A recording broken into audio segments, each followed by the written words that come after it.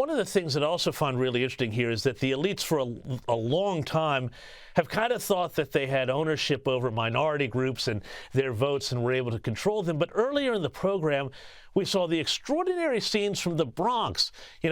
Big black Hispanic populations there, and thousands of people were lining up to cheer Donald Trump, and these are minority members who would have been told never to vote Republican. How much is the normie coalition breaking out of traditional kind of groups to actually cut across racial and class lines? Yeah, I think actually it's class more than anything else. If you look at many of the minorities in the United States, what we consider to be minorities, because of course, many groups that are affluent that get disqualified of being a minority. So you become a minority simply by being, below certain averages. And so they're people who are working class people. They have working class morality. They have basically very conservative tastes. They tend to be religious. Both blacks and Hispanics tend to be way more religious than whites. So historically, they have been housed for really good reasons. I'm sure they believe in the Democratic Party. But the world moves and the reasons change. And I think we are possibly seeing a historic shift. And if that happens, the Democratic Party just collapses because we are 50-50 and those minorities provide a little edge that the Democrats, whenever they win, it's because of that. That's the reason Joe Biden won in 2020.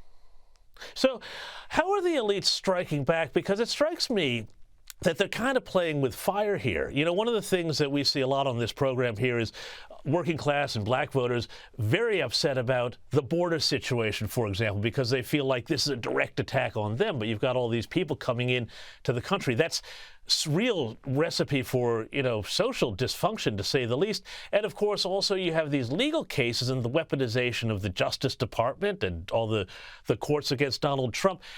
All of these things strike me as very dangerous games for the elites to be playing to try and hold power. What do you think? Where does this go?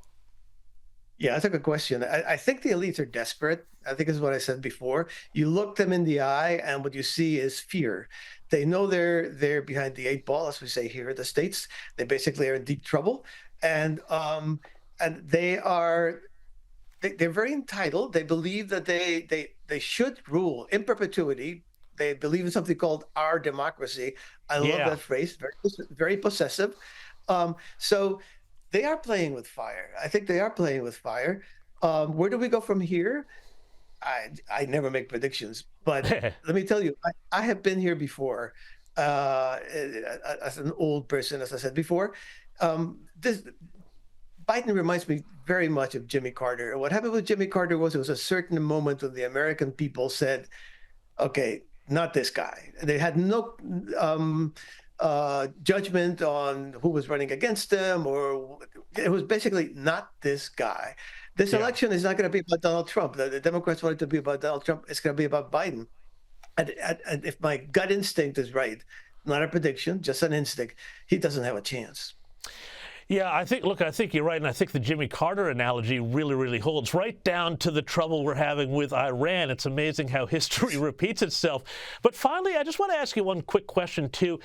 I'm really curious about how you write that the anti-Israel and anti-Semitic protests in the U.S. and elsewhere are kind of about seeing Jewish people as stand-ins for normies. What do you mean by that? How do these protests reflect this fight? Well, you have to understand who the protesters are, right? A lot of them are, there's a class that are very pro-Palestinian. The vast majority know nothing about Israel or Palestine. They basically come from the fever swamps of the identitarian and anti-capitalist left. And basically, they see in the Jews, number one, they're the white occupiers and the white colonizers in Israel. But number two, to complete the stereotype, they are the swinish capitalists that run this evil system that they would like to destroy. So in the person of the Jews, of course, no matter where you stand, whether it's Nazi Germany or democratic America, you end up being the scapegoat, right? Well, right or left, the scapegoat. And that's basically what's happening here. The person of the Jew serves as basically the focus of resentment for a lot of these leftist progressives.